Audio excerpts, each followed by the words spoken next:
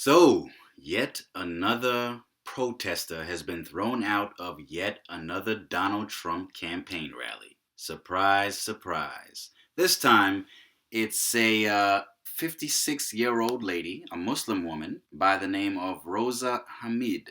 She decided to attend a Donald Trump rally in South Carolina. Her particular rationale was that she wanted his supporters to see what a Muslim looks like face to face and to see how harmless and indeed how perfectly law abiding and American Muslims actually are, the vast majority of the community. So she carried out her protest not by shouting or chanting slogans or interrupting Trump himself or any other speakers or just by making a big scene or a big spectacle of herself. Unlike other protesters at past Donald Trump rallies, she staged her protest simply by standing up silently and making her presence visible. I don't think she actually uttered a sound, at least not one that was audible by most of the audience or by Trump himself, yet she was still kicked out and subjected to a lot of hooting and hollering and booing and bigoted chants and all the other things that we've come to expect from a Donald Trump event. First of all, I don't see the point of staging these kinds of protests at Donald Trump campaign rallies. Frankly, I've never really had much use for that particular kind of display at all, in any context, at any candidate's campaign rallies, but I particularly don't see the point of it at Donald Trump's rallies, especially at this point in time. I do approve of Miss Hamid's protest in that she didn't actually disrupt Trump's campaign rally itself. That's part of the reason why this latest toss out was so completely unjustified and outrageous. It's not as if she was actually preventing either Trump himself or any of his supporters or anyone else in attendance or on the stage at this rally from doing their thing and from making their views heard. She simply stood up silently and let her appearance and her behavior, her silent behavior, do the talking for her. Even if I were Trump himself or any Trump supporter, I would have just ignored her and gone on with the event. I would have let the show go on, and that would have been that. Now, I think that Miss Hamid deserves to be commended for that because she expressed her view without necessarily trying to cut off or interrupt anyone else. Now, that's not to say that that's the only acceptable way to stage a protest or to make one's own views heard or known. Obviously not. But given that, one of the main reasons why politicians and their supporters tend to react badly to those kinds of protests and ultimately kick the protesters out is that, they complain that the protesters are somehow being rude and somehow disrupting the event. So Trump and his supporters couldn't actually say that about Rosa Hamid. I also like the fact that she was trying to demonstrate, not just tell, but show how decent a citizen she is as a Muslim American. If you're going to stage a protest at a Donald Trump campaign rally, that's probably the best way to do it. But on the whole, I don't think that the protest really accomplished much. Mainly because it doesn't change the minds of anyone in attendance. It doesn't change the minds of Donald Trump's supporters or of Trump himself, Lord knows. It doesn't even serve the function of raising awareness among the general public about the bigotry and just the general negative sentiments and attitudes that are fueling Trump's candidacy and his political success so far. I think that kind of protest might have served that kind of purpose 6 months ago when the campaign was only just beginning in earnest and Trump was still not quite the known quantity that he is at present.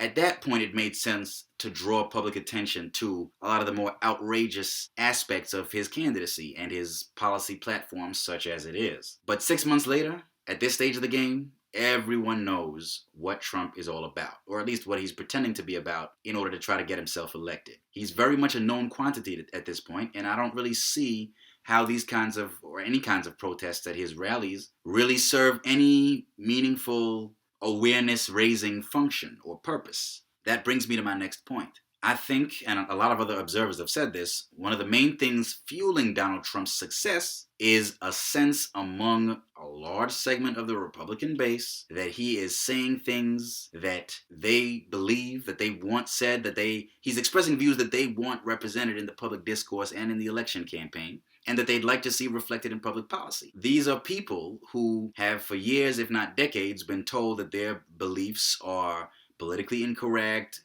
bigoted, unconscionable, and they are all of those things and so much more. But Of course, no one likes being told that their beliefs are bigoted and immoral, right? No matter how true that may be. It makes sense that these folks would latch on to a candidate like Trump who's speaking for them and bringing their attitudes to the table and not letting party establishments or the mainstream media or whoever else discourage them and muzzle them and shut them up and try to exclude them from the conversation. Trump's candidacy is all about a backlash against the whole idea of political correctness. There are other elements to it as well, but I think that, more than anything, is the source of his political success. Trump fans see him as someone who's standing up to, all the bien-pensants, all the pointy-headed intellectuals that so many conservative activists and commentators love to deride and denounce. I think that's why Trump has actually been getting stronger and stronger. The more he's attacked, the more he's condemned, the more he's denounced by all the right-thinking people out there.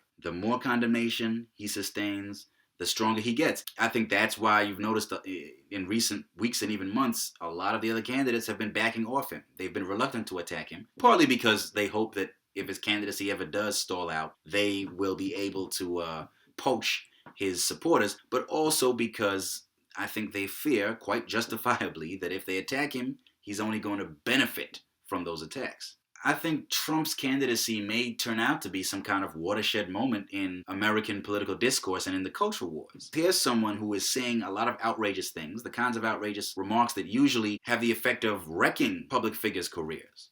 This is the kind of thing that public figures usually have to backtrack and apologize for saying in order to keep their jobs. There's been a long list of them over the past decade alone.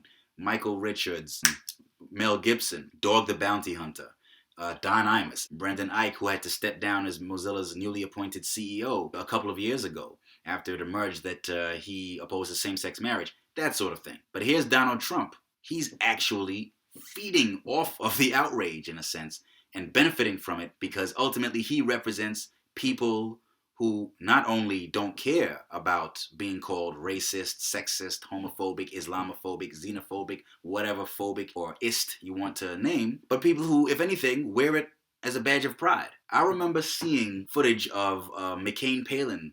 Actually, it might not have been an official campaign rally, but it was an event, I think, somewhere in the Southwest during the 2008 presidential election campaign. And I remember a number of ordinary rally goers, if you will, who were holding McCain-Palin paraphernalia in their hands, were talking into the camera about how they didn't care about being called racist. I remember one of them actually said, if I'm a racist for disliking Barack Obama and believing that he's an evil Muslim who wants to take over America and destroy it from within, if I'm a racist for believing that, then I'm a proud racist. I'm sure that man is supporting Donald Trump right now as I speak. These are the kinds of people Donald Trump represents. These are his constituents. Who knows? Maybe from here on in, a lot of the folks out there who tend to join in the perpetual or perennial outrage chorus whenever a public figure makes an outrageous statement or what have you, maybe a lot of those folks in the future will think twice before jumping on the outrage bandwagon. Maybe they'll start to consider and fear that by getting on their high horses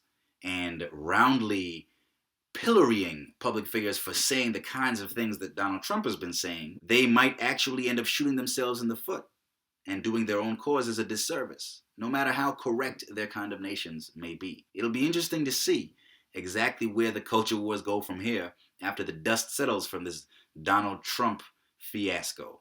Of course, as always, I do hope and sincerely pray that the outcome of this fiasco will be Trump's defeat, and I don't even want to think about him even merely winning the Republican nomination, let alone the American presidency.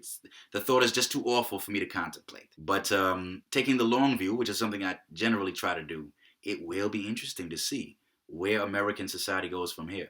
It's probably too much to think to expect that any one individual will meaningfully transform the culture of outrage that has reared its head in American society so much over the past few years. And I don't mean to suggest that the outrage is never warranted. In many cases it is, and Lord knows Donald Trump is one of those cases. But as a practical matter, who knows? Maybe more and more public figures will follow Trump's lead. Instead of backing down from their outrageous statements and actions, they might actually own them and embrace them and use them to fuel whatever agendas they're pursuing. Didn't the governor of Maine, Governor LePage of Maine, make a profoundly racist statement claiming that drug dealers from places like Connecticut and New York, with names, conspicuously urban sounding names, stereotypically urban sounding nicknames, were coming up to the state of Maine, selling drugs, and impregnating white girls. He actually literally said those exact words. My understanding is that he gave a sort of half-hearted non-apology for it, one that really just dug his hole even deeper.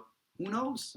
Maybe some characters of his ilk in the future will take a good, long, hard look at what Donald Trump has been able to pull off so far and say to themselves, you know what? Maybe instead of backpedaling and trying to walk my outrageous statement back, or my controversial statement at any rate, maybe I should just embrace it, spin it in my favor by claiming that I am standing up for the little guy against the mainstream media and the establishment, and take your pick.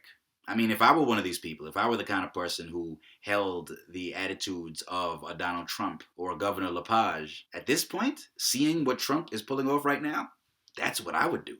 That's the tack that I would take. So stay tuned, folks. I, for one, will be waiting eagerly to see how many other public figures will follow in Trump's footsteps in that particular respect. Should be an interesting show. Don't touch that dial.